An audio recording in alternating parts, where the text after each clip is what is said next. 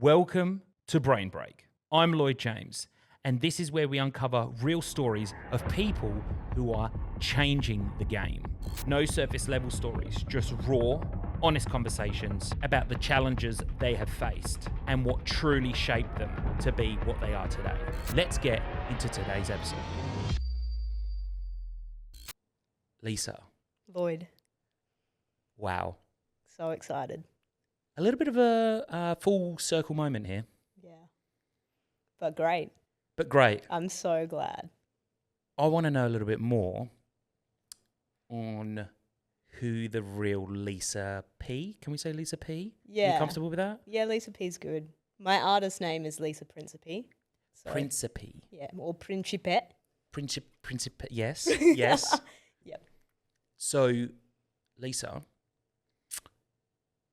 from what I know of you, I know that you're a school teacher and you give back to a lot of people. That's kind of my overview of Lisa. Okay. Would you like to give us an introduction on who Lisa really is? Yeah, I can do. So I can talk about where I've come from. So my background is before I start, I would like to acknowledge the land that we're on really quickly. Acknowledge that we're on Wajak Noongar Budja, and I would like to acknowledge that they are the original custodians of this land and the original storytellers. So as we are here telling stories, I think it's really appropriate that we acknowledge that that we are on stolen land and sovereignty was never ceded. So, my story, my background, who am I? It's a very loaded question, Lloyd. I think, like you said, we are where we come from. My family is Italian. My grandparents, on both sides, came from Italy post-war. They migrated out to Perth. They were from a little village in Italy near Naples. So they grew up there, came out to Australia for a better life. I grew up with a single mum and my older brother, so he's 5 years older than me. And my mum's parents really looked after us as we grew up. So, my brother was, like, growing up, he was the best. He still is. We played sports together at front yard every day, and lots of memories of just going crazy together and being each other's support. Tell me a bit more about your grandparents. So I grew up, like I said, with a single mum, and they picked me up from school every day, and they looked after us. They were really, really supportive of everything we did. So I would go to my grandparents' house after school and I would hang out with my nonno in the shed, and we would tinker and we would make stuff. In the shed? Yeah. Sorry, so you're nonna? Nonno. Not nonno. So pronunciation is nonno is the grandfather, is it? Yeah. Sorry, okay, nonno. Yeah. And nonna. Yeah.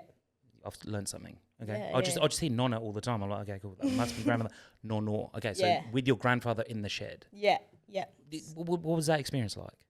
Oh, it was always great. He would always encourage me to help him, like paint something, fix something, do something in the garden, whatever was kind of laying around. We were resourceful with, making something of it. And she was often in the kitchen cooking up a storm, as you would imagine.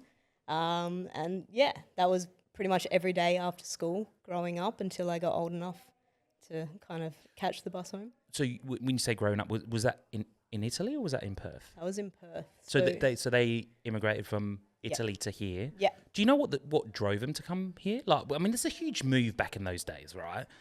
I mean, these days you just come back from America, you just get yourself on a plane and off we go. Yeah. Could you imagine what that was like back in those days to get over here? That's a long bloody way. Yeah. Do you remember their story? Have they ever told you that?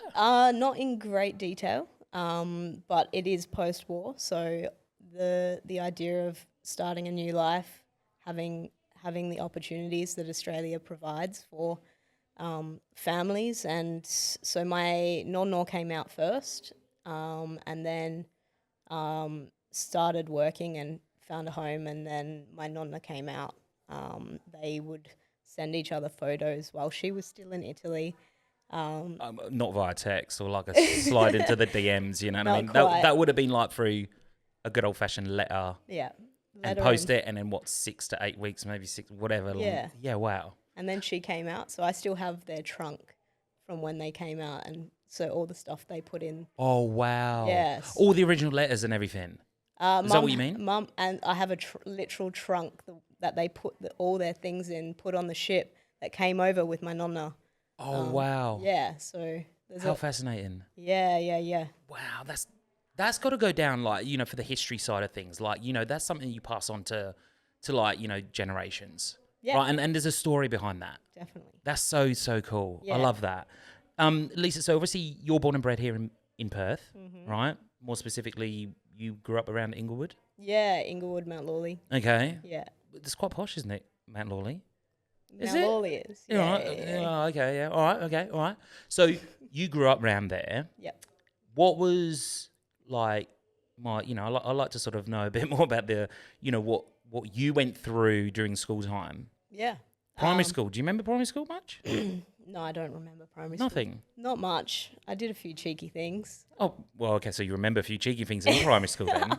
I do, and I also remember because my brother was still at school at that stage. I played footy with all his mates, and it was the Okay. best. So I was just Proper, like, can I, is it appropriate for me to say tomboy? Am I appropriate to say that? These days? Sorry, you know me, I'm very curious, but is it appropriate to say that? I personally am okay with it. Okay. Yeah. So hanging about with your brother, Yeah. his mates, Yeah. very male-dominated Yeah. area. Yeah. So you're playing football. Yeah. I mean, with the utmost, you're not exactly the tallest person. No. You know, like small and still cute, did small, cute, in a small package. But what was that like? I presume these guys were like taller, more stronger than you. yeah. How did you feel? How did you get involved? Like you must have been big personality getting in there. Yeah, for sure. I held my own really well. Okay, cool. Yeah, and that's been me my whole life. Just getting in there and a bit of bulldog attitude. I mean, do you reckon that stems from somewhere? That attitude? The bulldog attitude, for sure. I think, like being raised by, like I said, single mum, she definitely encouraged me to, like break the mold, do absolutely feel how I feel, like completely open to me, not being labelled, just doing my own thing, and breaking all barriers. So she very much encouraged me to give everything a go, and yeah. So you and your brother got a good relationship? Yeah. Yeah. You smile straight away. Do Yeah. you reckon you will listen to this? Should do. Should do. If he's not busy, Okay. changing the world. All right. Yeah. You mentioned like you're saying, you know, there was difficult times perhaps when you were growing up. Yeah. What were those bad times like? They were,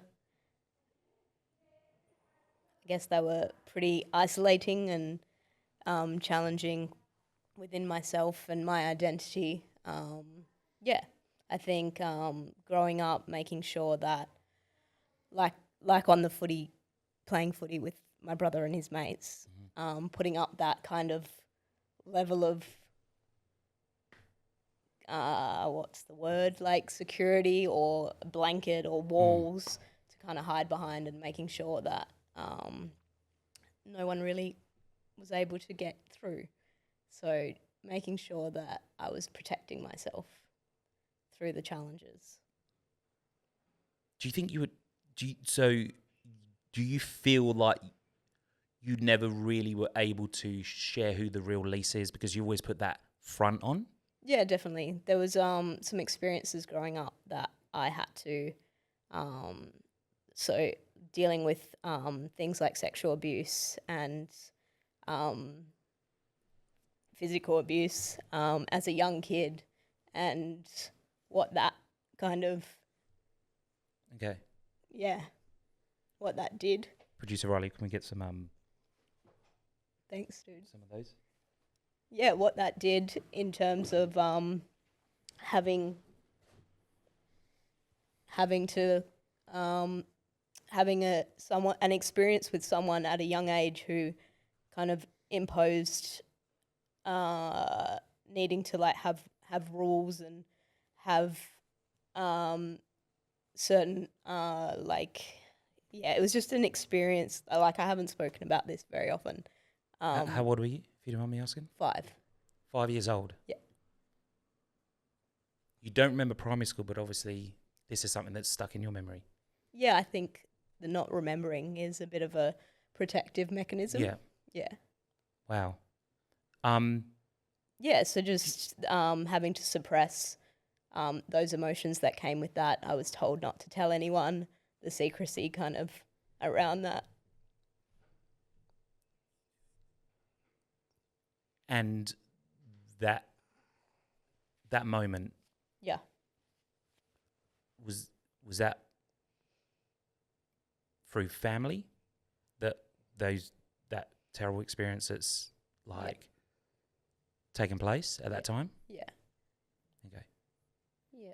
So just maybe not being able to express myself and tell anyone. I thought it was a secret.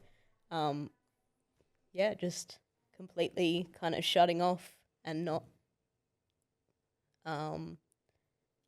just putting up that front that I was strong when I wasn't. And do you think that front has sort of really carried that on throughout the years? Yeah. Of who you are, 100%. just to really hide who the real Lisa P is? Yeah, just not be as vulnerable. Yeah. Yeah, wow. I know this is a very touchy subject, obviously. You know, it's it's a difficult one, because I can't imagine what that must have been like. Yeah. Right? And there's obviously viewers and listeners are going to be watching this. It's going to be quite confronting, and it's a thing that it happens to people, but at the same time, it's not something that's like you say, you hid behind a curtain for multiple years, dealing with it, thinking, I presume at the time, that what do you know at 5? Like, you don't know those things that are happening. Do you remember telling anyone close to you that those things were taking place? Do you remember a particular point that someone said that's not right? Like, how did you? I'm trying to get an understanding of you going through such horrific things, and it takes so much bravery to then, at some point, I presume, to be able to tell someone or realize that that's not right. Because at 5, I presume we don't know what's right and wrong. Yeah. Do you remember? It felt wrong. It felt wrong. Yeah. Okay. Do you remember the first person you told? Yeah, it was my first long-term relationship. Yeah. Okay. So that would have been after high school situation? So I was 18 at the time. So you never spoke about this before that? I spoke with therapists. So I did a lot of therapy through high school. Through high school? Yeah, with some other challenges that I was going through. What were those other challenges? So I was a bit of a rebel going through high school, and I also had a huge love of sport and soccer being my sport, and I was playing sport pretty much playing soccer my whole life. I was playing in the junior team with all the boys, and I was the best in the team, much to the parents' credit. There were a few dads that were really unhappy about that. What position were you in? Centre midfield. Centre midfield? Yeah. Yeah, okay. So held the team. Yep. And I wanted to go to college in high school. Like, I wanted to go play soccer. Okay. in America. In America. Yeah, go to college. Like, it was so big over there, especially as a woman. Yes. There were opportunities. And then I was experiencing some, like, my body just wasn't having it. I was sore, and I had really loose ligaments and a joint condition where my joints like would often pop out. Just Oh wow. like I would go for a run and my shoulder would dislocate. Yeah. Right. So I was struggling with that while wanting to be a professional footballer, which was quite hard. And school wasn't for me, like, at all. I was very much like, saw no purpose in school. I saw no, like, I was there. I'll go to class. My earphones were glued in my ears. I had a hoodie on most of the time. I floated between groups. I was really just there. If I was there, I would often wag. I didn't really connect with high school. You say you connected with high school, but did you connect with anyone at high school? There were a few people that I kind of would give a bit more than most. But do you think that you say high school wasn't really for you, or you weren't really engaged at that level? Do you think there was something slightly unstable in the background, maybe at home, that made you feel like that? I just didn't see the purpose in high school. Like, I really didn't. I was like, again, it's the conforming thing. I'm not going to sit there and be told, like, take your earphones out, learn this content. Well, it's a little bit ironic, isn't it? Now you're isn't a it? school teacher, and you gotta finish that piece of work or whatever it means. Yeah. It's a really full circle moment there. It is. I mean, like, I suppose that you probably do relate to some of the students that you may have seen over the years of thinking, no, they're not very engaged or whatever. So do you see yourself in some of your students? Oh, of course. Really? Yeah. So many. And do you give them like a tap on the shoulder and kind of go, it's all right, it's all good, there's something out there for you? I think they just know by Okay. by the energy. Mm. I am not the teacher that will hound them for having their earphones in. Well, you are an art teacher. I am an art teacher. So we do need music in the background to help you, create some creative art. Yeah. I'm very much like that. So yeah, at high school, so obviously bit of a rebel. Only obsessed with sport. I hadn't even picked up a paintbrush. Like, my year 3 teacher told my mum I should never do art. How wild is that? What? Yeah. Obviously, wow. I love being told I can't do something, so it's a little bit of a nod to her becoming an artist. So so you're saying you don't like being told you can't do something, right? Yeah. Where do you that trait? Mm-hmm. Where does that come from? Probably mum. Definitely mum, actually. Yeah. She never kind of went down the path that she was told to. Okay. So being like in quite a traditional Italian family, Mm-hmm. she was not interested in conforming to those lines, those paths. Okay, so your mum saw probably a lot of her in you. Yeah, probably. We haven't talked about it, but probably. You know, she didn't really follow the traditional routes, whatever that may have been for your family in that time. Yeah. And you're definitely not following traditional route, when you're in your teenage years at school, being a bit of a rebel. Yeah. So you're saying being a rebel, did anyone pull you in line and say that's not right? To be honest, I think that so with my soccer, I was really determined to succeed. I had amazing coaches that pushed me really hard. But my body kind of just was like, no. So at 16, I had a full shoulder reconstruction. But when you say football, this is soccer, right? Soccer, yes, but it was from having the joint condition, the loose. Okay, yes, yeah. So that put playing sport on hold for a substantial amount of time. I remember mum calling the school saying Lisa can't go into the gym because I would go WAG class and go to the gym and kick the footy or whatever. Yeah. But so the way we've had a couple of athletes on this podcast, and the thing that I'm realizing, and it's kind of spoken about, but you kind of go to your highest level, right? So for you, I guess that you were at some point before your shoulder reconstruction, you were thinking you had the aspiration, the dream, right? I'm going to go to college. I'm going to go and do football. Yeah. And that is soccer, right? We're talking about soccer. Yeah. Okay, football, soccer. Go and do that, and you're almost on that sort of, you could almost say that cloud line, right? You got your direction, you got your dream, you're going for it. Yeah. Then shoulder reconstruction comes in, not at the blue, but because of your condition. Yeah. What does that do to you mentally? No, it wasn't a great space. So for me, that was year 10. I know what it's like being in year 10. Yes.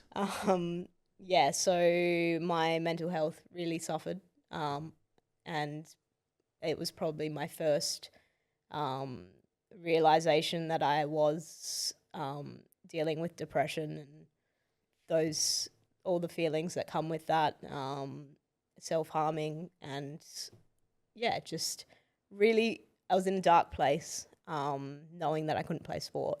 So, and that was only your only focus. Only focus. So, so to kind of get me out of the funk, my mum put me, I can't remember if it was like post-surgery or pre-surgery, but there was a moment where she was like, okay, what are we going to do? Like, you can't dwell. We can't change it. So what can we do? And she enrolled me in like an art class, like after-school art class, which was cool. I learnt all kinds of techniques and was really into it, kind of bulldogged it and just got really into it. And I remember we used to watch Kat Von D on LA Inc. Do you know who that is? No. No? No. So there was a show, I can't remember the channel, but there was a show called LA Inc. And it was a woman who she was a tattooist. Mm-hmm. She was very cool. She was covered in tattoos, bit of a babe, and Mum and I would watch it together, and I was really interested in tattooing. And how old were you? 15.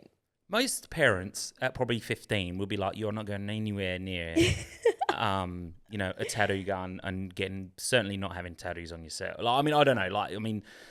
I know Mum's probably watching and listening, but she was like, no way you're having a tattoo on there, whatever, whatever that sort. So, but you found an interest in that because of the show. Yes. Did you share that with anyone, or were you just like obsessed with the show?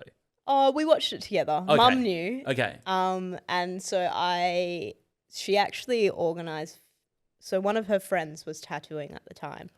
He was a tattooist. Okay. And I was 16, obviously not allowed to be tattooing, and she organised for him to teach me how to tattoo. Find that really interesting. Yeah. I mean, most parents, I would have thought. Yeah. I guess you said your mum's broke the tradition. Mm-hmm. I would have thought that would be like, you're not going anywhere near that. Yep. Go do your studying or continue your art or find another route. But your mum organised for you to go and tattoo someone or to learn. To learn? Learn. Wow. Yeah. That's cool. Yeah. That's a cool mum. Oh, she's at the that coolest. age. You're 15, 16? Yeah, I was. I mean, come on. I mean, what parents is I'm sure there are parents out there that will, encourage or like show, if their children or their child hasn't got a keen interest in certain aspects or whatever, if that's the only interest. But that's cool. You've got to remember, like there was no TikTok or Snapchat era. That's going really against the grain. Oh, yeah. Because isn't tattooing's got its own stigma, right? And there would have been even more stigma back then. Yeah. Do you know what I mean? And like, I wasn't an angel. like she was very patient. She directed me. She didn't push me, and yeah, yeah, she said one of the rules was for me to not tattoo myself. I'm laughing because I see tattoos on your wrists and everything and Everywhere. everywhere. But Okay. it was before I turned 18. That was the Okay. rule. Okay. And you Um, respected that? No, I didn't. No, No. no. But Okay. But But what I tattooed, I wrote "Mother Dearest" on my leg. So is it on your leg now? Where? it's it's hidden. It's hidden. Yeah, Mother Dearest. Mother Dearest. That was the first tattoo I did on myself. You did it yourself. On myself, I was 15. Do you remember the pain? No, there was no pain. There was no pain. No, What do you mean there was no pain? There was no pain. It was a very healing moment. By the way, you can move the microphone a little bit closer if you want to, because I see you moving around. You're more than welcome. Okay. I find that interesting because I've had a few tattoos. Yeah. There's an element of like, oh, the scratchiness or whatever. Mm. But you saying there was no pain. Is that because you felt deeper pain before? Of course. Yeah. And it was a euphoric moment. I was tattooing myself for the first time. It's pretty significant. I mean, I can't. Yeah. Okay. All right. I'm just trying to piece this whole story together before I move on to sort of like, the next bit is you've got a disruptive Lisa. Yeah. You got a Lisa that's gone through traumatic things in a very early childhood. Yeah. That, when you got shoulder surgery, still at that time, you hadn't disclosed apart from to your therapist about what would happen in the early years. Yeah. And shoulder surgery takes place, your world comes crumbling down, you hit depression, you hit a really dark space. Your mum somewhat saves the day by kind of going, okay, well, you got soccer and art, very different. Yeah. And then introduce you to a tattoo gun, really. Yeah. At what point did you think that? Sorry, I'm going to reframe that. I'm going to reframe that because I'm going to reframe that. Did you ever think that you potentially would struggle finding a purpose after soccer? Yeah, definitely. How long did that last? I mean, I was in high school. My purpose was making sure I threw the biggest party I've ever thrown.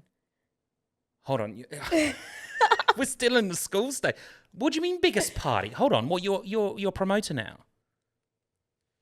In school I was. Even though I was not interested in being popular, my dad went away and it was a very opportune moment to throw a massive party. So dad goes away, but mum's still at home.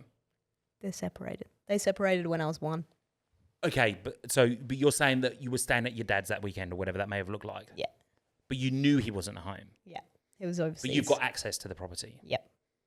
And you threw the biggest party. How old? Similar time. Just before probably. Yeah, right. Yeah. Yeah. Sounds like that's a bit of a significant moment in your life, this party. It was great. Do you want to tell us what happened in the party? What was it like? It was just like anything I could do to like kind of just a little bit of a fuck you, dad. To your dad? Yeah. So it was like a celebration. And I think I obviously was hurting at the time. I'm not sure. But he had 2 Japanese housemates in the house at the time. And they were on exchange and just renting out rooms. And they had no idea what was about to happen. So they kind of just stuck in their room, and there were about over 400 like 14 to 16-year-olds that were about to enter their house. Producer Riley, you think you throw some crazy parties, but I mean 400 people in a house. Come on, this is next level partying, right? You would like to be there. He would have liked to have been there. What I'm picking up here Yeah. is you're rebelling against your dad here. You're almost Yeah. kind of like, like you said, you tell him to do one. But was there are you chasing the next sort of adrenaline junkie kind of thing? Like kind of, are you going to get caught? Is he going to know about it? Is it you were hoping to trash the house? And you were... That definitely happened. But you weren't by no means like trying to clean it up afterwards, so to speak. I did. Oh, I had friends that did. Was there any consequences after that? I told him that it was the Japanese students that had the party. He definitely didn't believe that, but I didn't speak to him for around that time. So it was a bit of a, have the party and then not really be there for the consequences. Did your mum have your back? She not in situations like that. No. No. So you must have been even more isolated. Yeah, I was to a certain extent. I was definitely trying to self-destruct in those times. So what saved you then? Look, I think that having a little bit more direction with my art and being able to express myself. So, like I said before, like having to suppress my emotions, being told when I was going through something traumatic that it's a secret and, you have to keep it to yourself and lie to people and have all of those kind of internal struggles that are happening. I think I just had to kind of self-destruct and go a bit crazy because I wasn't sure how to express myself otherwise. So that path of using art as a way to kind of break out and start to feel things and process things, I think it was a sneaky one from Mum. Okay. During your art process, is there any hidden messages from your past that you think you've drawn or like created, and you think there's a hidden message in some of the stuff that you do to sort of express your deep emotion for what you experienced? I don't make art about my trauma. I don't. I make art about the significance of healing and a space and how that space holds you. So as you know from my last exhibition, it's about place and a sense of place. So a lot of my work is from my explorations up north and finding that kind of silence and safety within myself. So when you say safety, like, and then a sense of a place to belong, right? So it's kind of like, it feels like you're giving your art a place to belong. Yeah. Have you given space for you to know where you belong? Yeah, I think, sorry. So kind of like at the end of high school, like I'm just going to circle back a little bit. Didn't know what to do. I kind of half-assed my ATAR, managed to get a good grade. And I was like, this art thing's pretty cool. I'm going to follow that on. And I ended up doing a fine art degree at Curtin.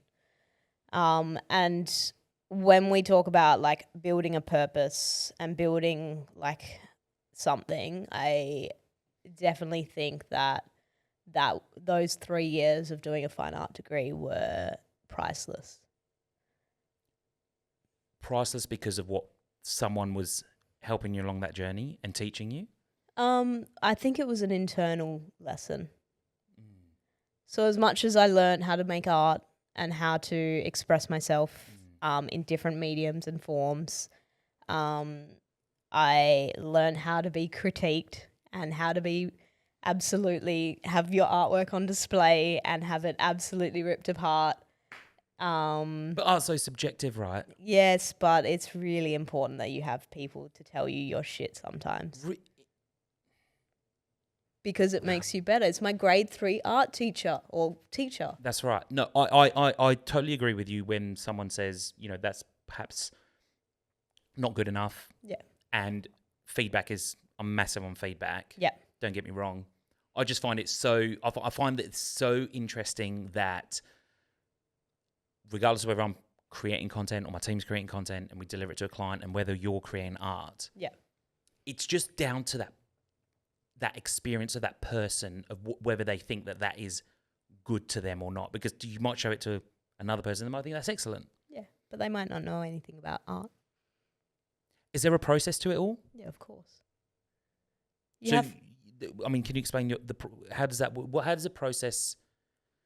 Again, I think it's potentially subjective because you're saying there's a process to it. But is it your process or is it different for every person? Oh, the creative process is different for every individual.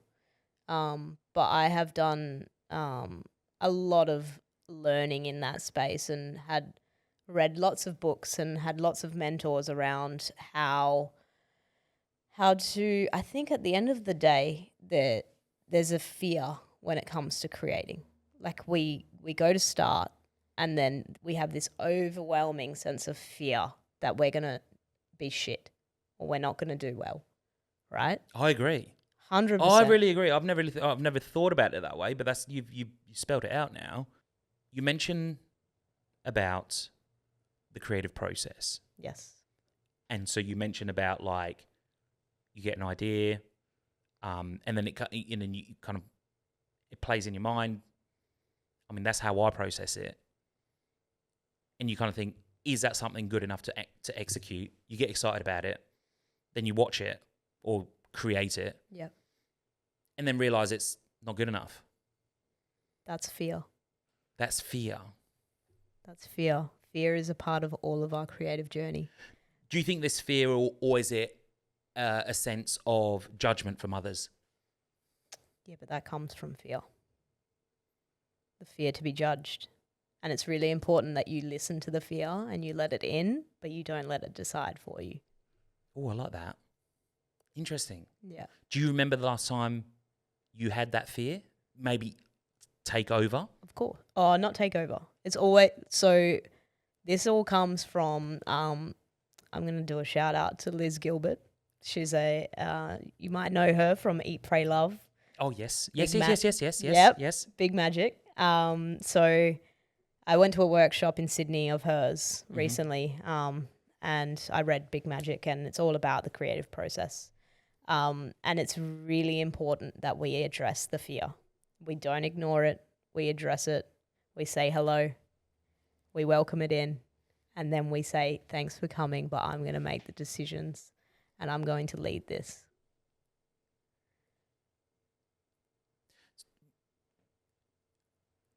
But that took that moment for you to really. But that takes a lot of practice. Take a moment. So I'm processing what you're saying because to me, I took a moment there. Yeah. Because I was actually doing some self-reflection for a second. And it's so powerful what you're saying because even you're showing a bit of vulnerability, even doing these podcasts, there's an element of fear. Of course. There's an element of what's the next person going to think? What's the next person going to say? Or he didn't say that word properly. Or da-da-da, or whatever it might be, who he shouldn't have said that. Right? There's that element of, I guess there is an element of fear or judgment on that. But you got to go through that and I guess practice that. Yeah. And identify what that fear is. Yeah. Right? Because I guess there's a fear, but then you got to turn that fear into some kind of belief. Curiosity. Yeah. What do you mean by curiosity? So you need to be able to reflect on what that fear is doing for you and be curious about it. But curiosity needs to take charge, not fear. But curiosity about the fear of what? Like, as in, like, you're being curious about how far that fear can take you? Yeah. So it's like she gave... Of what the worst case scenario could be? Yeah. She gave the analogy of leaving the house. Mm-hmm. Don't take your phone, don't take your keys, don't take anything, and just walk. And then when you get to the street, use curiosity and find a way. So you choose left, you go left, and the curiosity of that takes you there. If you stand at that T-junction and you have fear leading the way, you're not allowing yourself to discover new things. That's really powerful. It's extremely powerful. It was an amazing workshop. I learned so much. So we went through multiple scenarios, and one of them was to write a list of all your fears. And it was really empowering, because what we had to do with that is we had to read them out to a stranger. And you know what that does? It actually humanizes the experience and the feelings of what we're going through. Because when I read my fears to someone and they read theirs back, they were similar. Because that's what's being human is. We all fear very similar things. But we don't know that until we share that with each other. Yeah. Or we connect. We connect. And that's something I am so passionate about, is that connection. When did that connection start for you? You're saying connection. The passion or the connection? Yeah, well, the connection you're saying, because it sounds like, at the age of 15, trying to throw the wildest party. It doesn't sound like you were very connected to anything, to be honest. I was building connections there. Well, no. Building what? But you see what I'm saying? That at what point? It sounds like you've had it sounds like you went through your darkest moment, and the reason I'm trying to find how you overcome that. Yeah. Because that is the whole point of this podcast, is to identify what your darkest point was. Yeah. But how on earth did you come back to, yes, art saved you, I guess we could call that. Yeah. Do you remember your first deep connection with someone? True deep connection.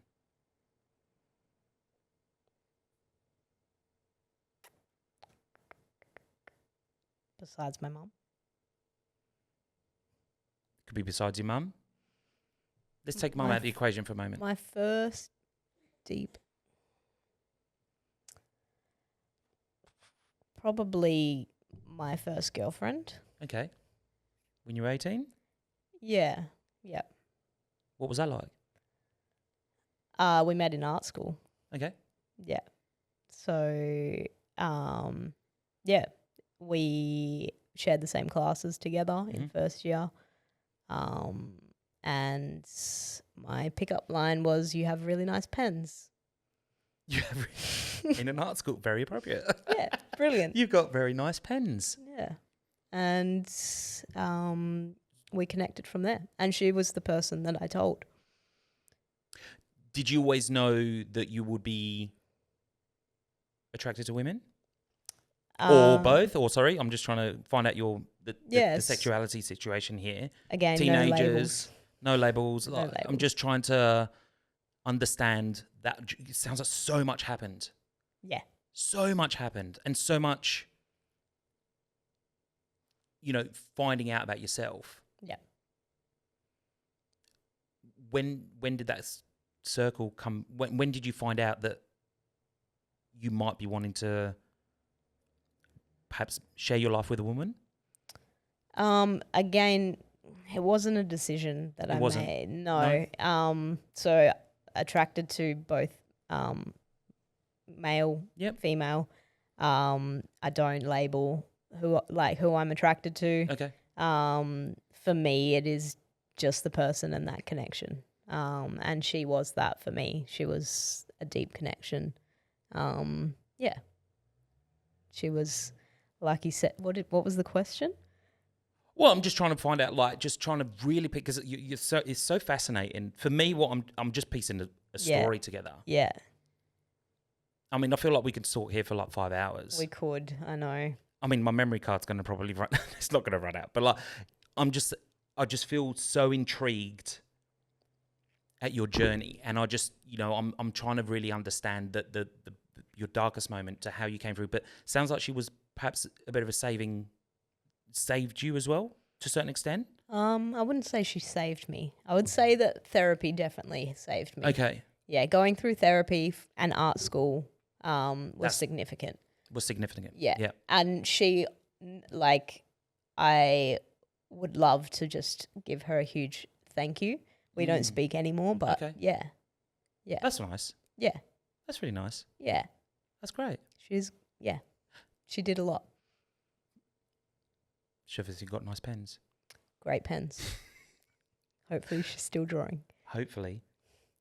So you go through university, Yes. art, Yes. go to the workshop, Yeah. come back obviously with, I would assume, with so much, I want to use the word fresh energy. Like you were reborn. In my creative journey, for sure.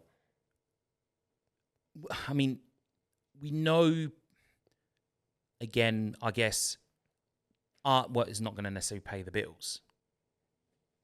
Not yet. Not yet. What, did you think there was anything after that university stage? Yeah, so in my, is that supposed to be flashing?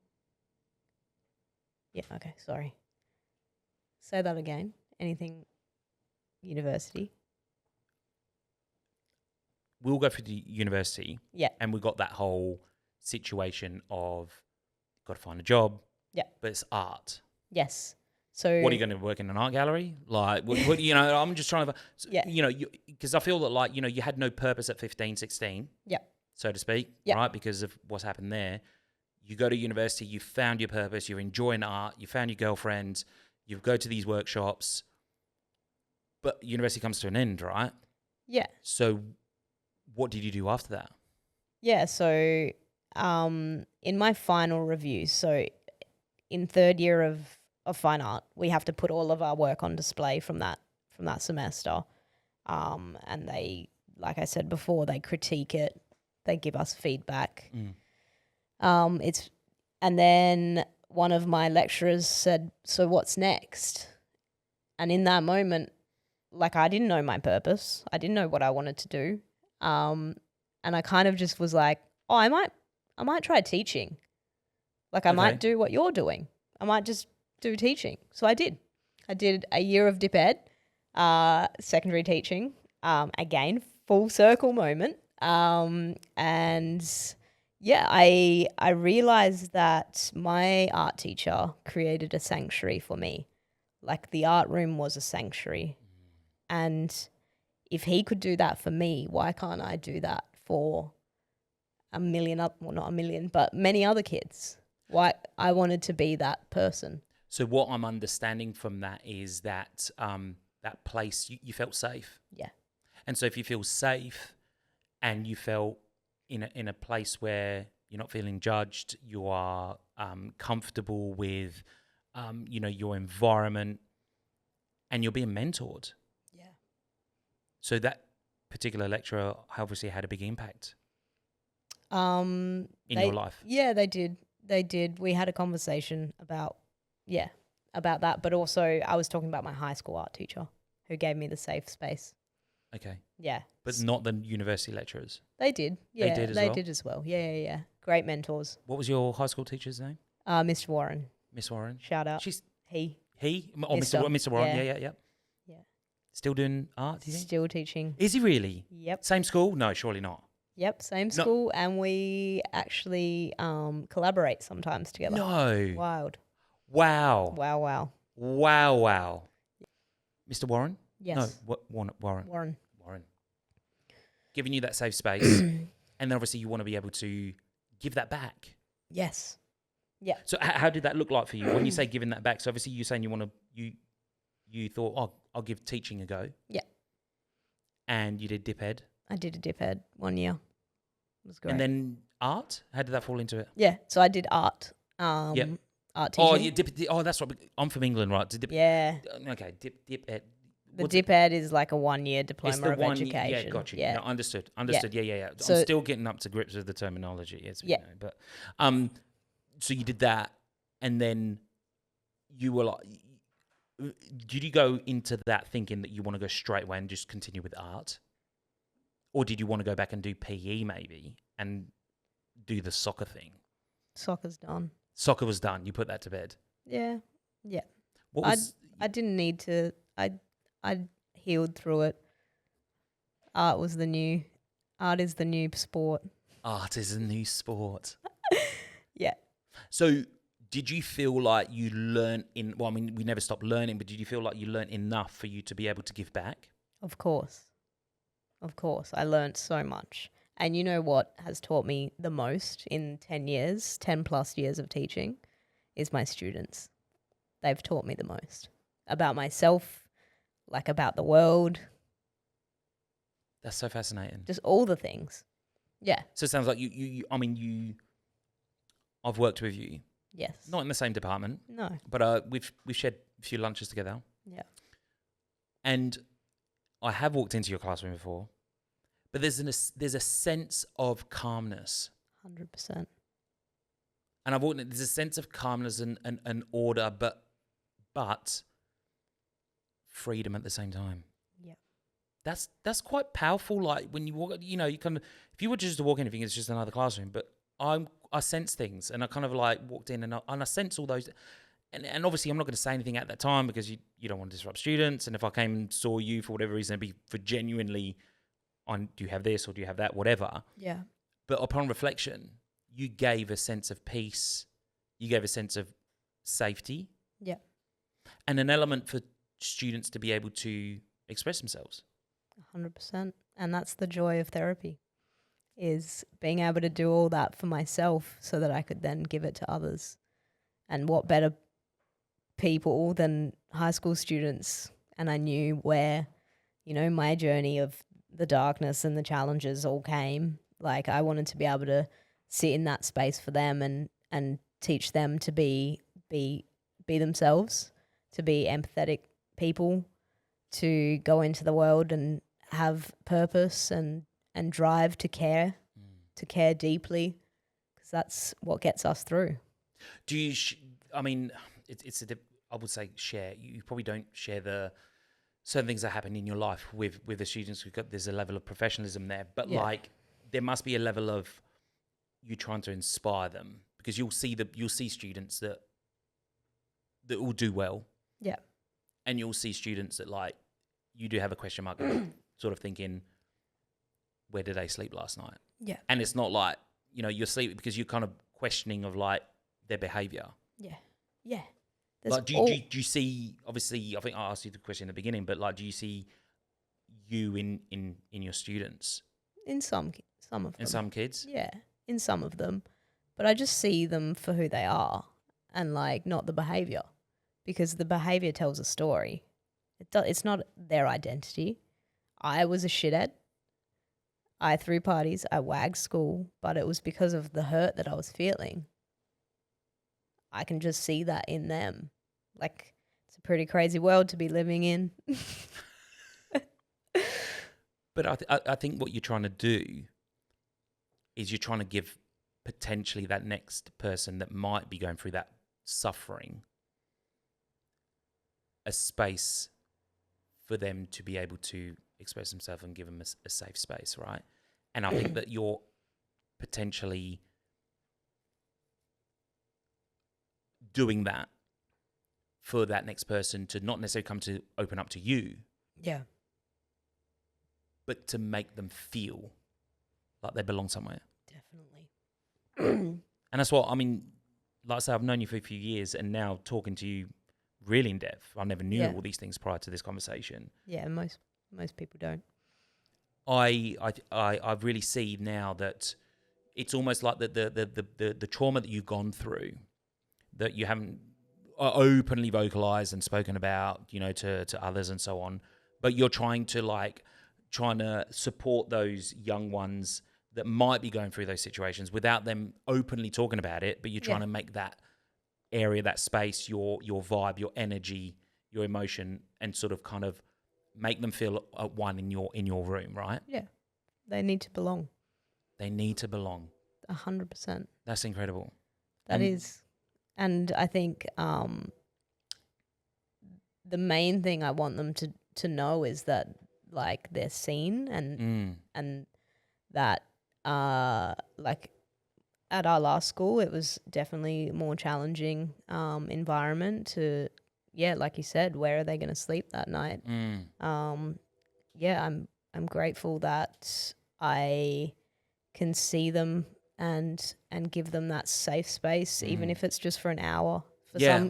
For some kids, it's more than an hour because they want to come hang out in the art room, and I get it. I was heavily into art and graphics at school. Yeah. I loved it. I was really into like the graffiti stuff. Like when we used to when my parents used to take my sister and I to Portugal, I remember there was like these great graffitis on the wall. I'll never forget it. My parents used to always stop along the side of the road and take a photograph, print it out for me to be able to copy it, as in like, just to try and get some ideas and stuff like that. So I can totally understand what you mean by that creative freedom that really lets you be in your own world with, I guess, no judgment, but there is that element of fear.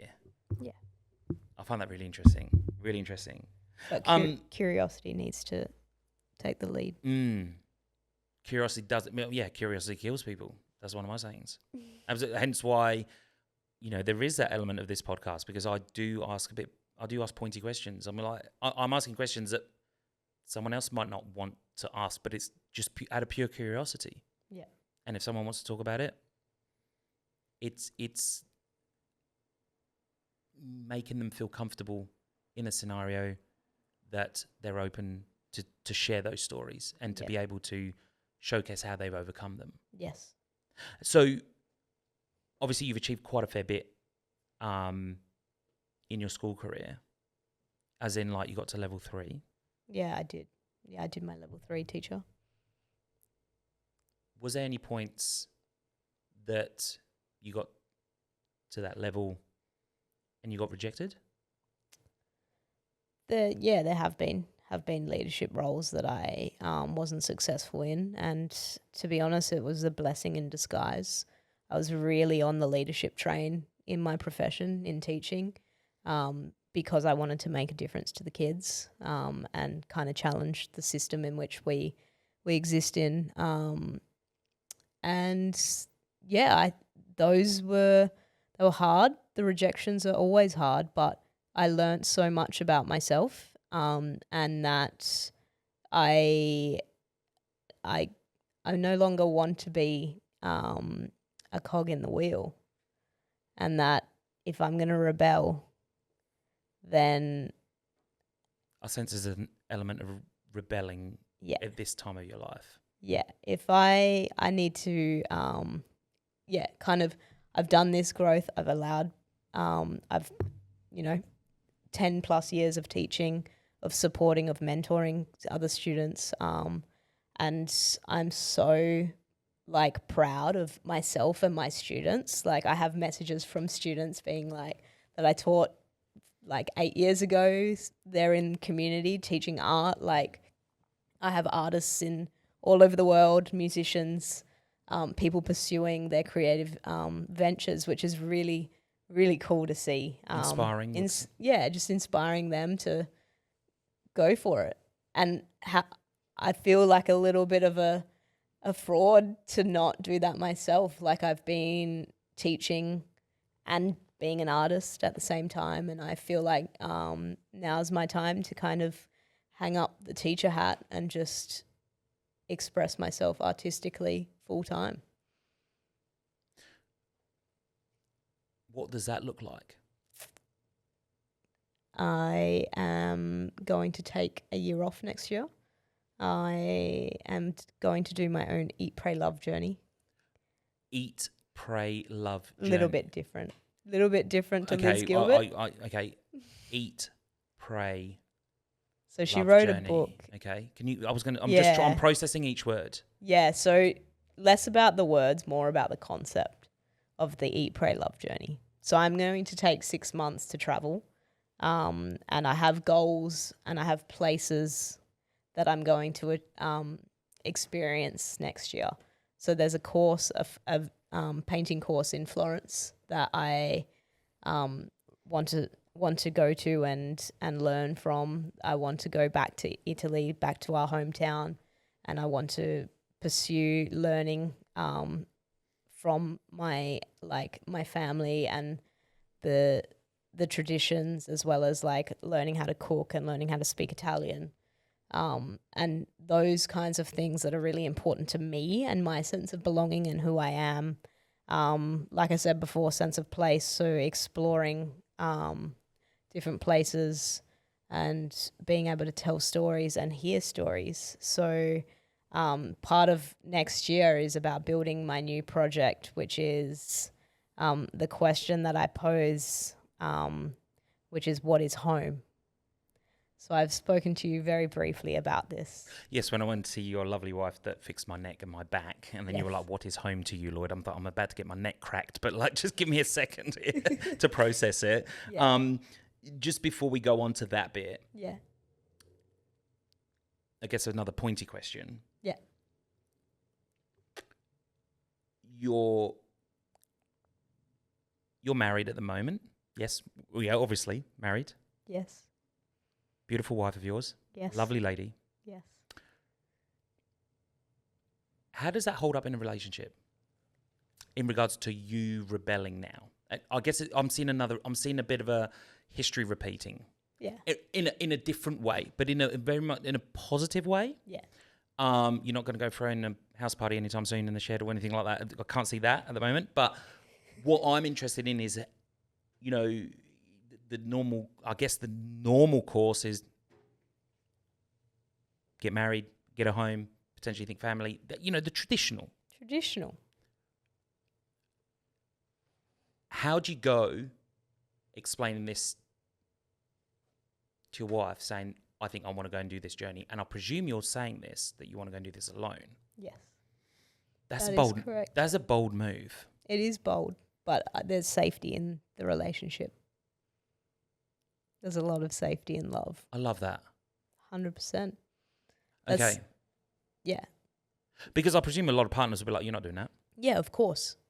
Hold on a minute. You could have done that in your 20s. And this is not, Yeah. you're not supposed to be doing that. Yeah. It's going against the grain. It is, and we don't have a traditional relationship. We very much are as much as we had a union where we're together. But we are able to talk through and understand each other because I have learnt to let my walls down and communicate what vulnerability, what I am feeling vulnerable with, and who I am as a person. And she experienced solo traveling in her 20s. I didn't get that opportunity, unfortunately, just with, my grandparents. Mm-hmm. My mum's an only child, having grandparents that are really important to me, and the thought of leaving them in ill health was not an option. Mm-hmm. So, and then having this discovery of I need to reconnect with myself for my own artistic practice and journey, and I want to see where that leaves me, and not letting the fear in of, and just being curious for 6 months. And where does that take me? Where does the curiosity take me? Because there's so much I will learn, and I will feel fear. I'll be alone. I won't know many people. I won't be able to speak the language fluently. Like I try to speak Italian. We speak a dialect. It's very different to fluent Italian. And if I'm learning, I'm learning traditional art methods in Florence, which is something that I have tried to break the barrier of in my own art practice. So all of these things are fears, but the curiosity will lead that. I'm curious to learn where I go in those spaces. I'm not going to let the fear take over. So it's really your curiosity that leads to growth. Yes. Yeah. And without that curiosity, really, like if you're not curious, and without that curiosity, there is an element that like you might just sort of almost stay stuck where you are. Yeah. Yeah. I've taken so much from this conversation because it's like so much. I'm processing so much. Like you. Sorry. There's so much to process, and that's why I don't like to put a timestamp on how long these conversations go, and it's more about me making sure I'm understanding this full journey. But at the same time, is like, what do you hope? What do you hope that you would give reframe that question again. Mm. What is the end goal? That's where I think I'm going. Is there an end goal? Is there a dream? Yeah, There is a dream. there is a dream. What is the dream? It's not traditional. The dream is just to make sure that I can build connections and lead with kindness. So Kindness, did you say? kindness, yeah, and that's self. That's self-kindness, curiosity, care, all of those things. Having that within myself, having that for the kind of people close to me, as well as the larger picture of the earth and the communities around us. You're saying that you're going to go on that journey, and you mentioned about the question, what is home? Yes. Is that when you're going to do that on the solo traveling, and you're going to document that? Yeah. So filming it? Yeah. So it'll be a mini series. Okay. Similar to my favorite thing on Instagram at the moment, which is Subway Takes. Subway Takes, yes. What is your take? Oh, what is your take? So a little bit deeper than that. I recently went to America, and I have a great appreciation for the knowledge and the First Nations history that we don't have enough access to because it was taken from them. Mm-hmm. And especially at the moment in the world that we are living in with war and displacement, the question posed, what is home to people? I just want to regain some humanity in our lives. We are all equal. We should all be equal. We are all just flesh on flesh. Like, what is home is a simple way of like opening up a dialogue for people to realize that we are so much more connected than we are presenting at the moment. I'm going to ask you, what is home? For me, it's a great question. For me, home is about the people around me. So as much as my whole life I've tried to build the walls and kind of isolate myself in that, it's the people I hold closest to me. Who are those people? Oh, they know who they are. I think, I think they know who they are. I don't need to go there, but they definitely know who they are. They've been on this journey probably more recently with me. Just me trying to navigate what it looks like to be vulnerable with close people close to me, and how I'm going back to like reflecting on my grandfather, my nonno, my mom's dad, who was very soft and very, very, very loving and affectionate and open and giving. And like thinking about that and thinking about like our softness is not a sign of weakness. It is a sign of courage, even though we're in a really hard, harsh world. Like, we need to always be soft and kind and caring because it is courage.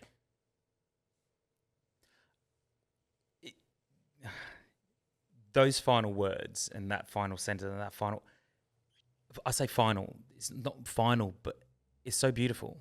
Thank you. Can I ask you, what is home? Yes. Home for me is not the bricks and mortar, for sure. Mm-hmm. I've got multiple homes. I was born and bred in Switzerland. Oh, no, nothing to do with cash flow or anything like that. Multiple homes as in, like, my parents live in Portugal. My sister's got a home in England. I've got a beautiful home here in Perth. I was born and raised in Switzerland. I also lived in England. For me, home is not necessarily the four walls. For me, home is where I feel most comfortable. Yep. And I can genuinely say that, like, there was, for me, home, this feels like home. Australia does. Perth, I feel at home. Yeah. I feel at home in Portugal, right? I somewhat feel at home in England, but I don't. And there was always that sort of something bugging me that was, I don't know what it was. I don't know what it is. Just home. It never felt like home. And my mum's always said that to me. She said, England's not made for you. Somewhere else is. Like, and you know, I always used to gravitate towards Portugal, whether it's the culture, the lifestyle, the weather. But then I came to Australia when I was 16, and I found out that I really felt at home here when I was 16. Really felt at home. And I was like, and bearing in mind, I've got long distance relatives here, never really met them. But it was just, I don't know, there was something that felt like home. Yeah. But I realised it's because I felt comfortable. Yeah. That was a feeling inside. That was a feeling inside. I never really felt super comfortable in England. Yeah. I feel comfortable in Portugal. Yeah. I feel comfortable here. There's an element of like, do I feel comfortable in Switzerland? I mean, I was very young, but no. I was always on edge. So if that answers your question, for me, it's where I feel comfortable is where my home is. Nice. Although, yes, loved ones do mean, you know, when you share moments with people that you love, partners, children, and you're able to share these moments, your comfortability with other people, I think they genuinely see how happy you are, and then they know that that's where you feel comfortable and that's where your home is. And sharing those moments with people, I think that's it just makes the experience even better. But yeah, hopefully that answers your question. Lisa, I just want to ask you, obviously, just to sort of wrap up this conversation. Yeah. For any aspiring artist, entrepreneur, someone that might be feeling a bit lost, all of us. what advice would you give them right now? So, I actually wrote it down. Because you listened to the podcast, Of didn't course! you? You listened to the full episode. You knew exactly where it's come from. As a tradition, brain breaks. Yeah. We want to be able to like give a piece of advice to someone who's watching or listening. And I can see you got your book out and you've wrote ready. something. I'm ready. So go for it. So my challenge for those of you that are listening, which is everyone should be, we're all just in this rat race to earn more, to own more, to be more. I challenge you to slow down and build deep connections, to listen and care deeply, and stop being masked behind the nonchalant. We don't like the nonchalant. Just give a shit. That's my challenge. I love that. Lisa, I can't thank you enough for sharing everything that you have shared with us today.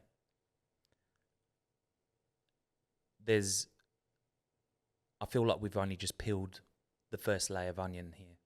Yeah. That's how it feels. Yeah. I feel like we need to have like session 2. Take 2. But maybe we should do that after you come back from your trip. Definitely. To see if your mindset's slightly different or what you've learned. Yeah. I think there'll be so much value in that. Huge. So I'm keen to catch up again with that. And Sounds really great. sort of see like how potentially that healing process, it sounds like it's a bit of a healing process, so you're doing that as well. Yeah. And it'd be really interesting to see how that journey takes you and your perspective on life, but also what it makes you, where it's going to take you to your next challenge. Because I feel that after that holiday, there isn't necessarily a plan. Yeah. So I'll be really interested to see what the next stage Lisa's going to take things in. Take things in. Next step. Yeah. Lisa, thank you so much for coming on. Thank you, Lloyd James. I really appreciate you. I appreciate you. And I give a shit. And you give a shit.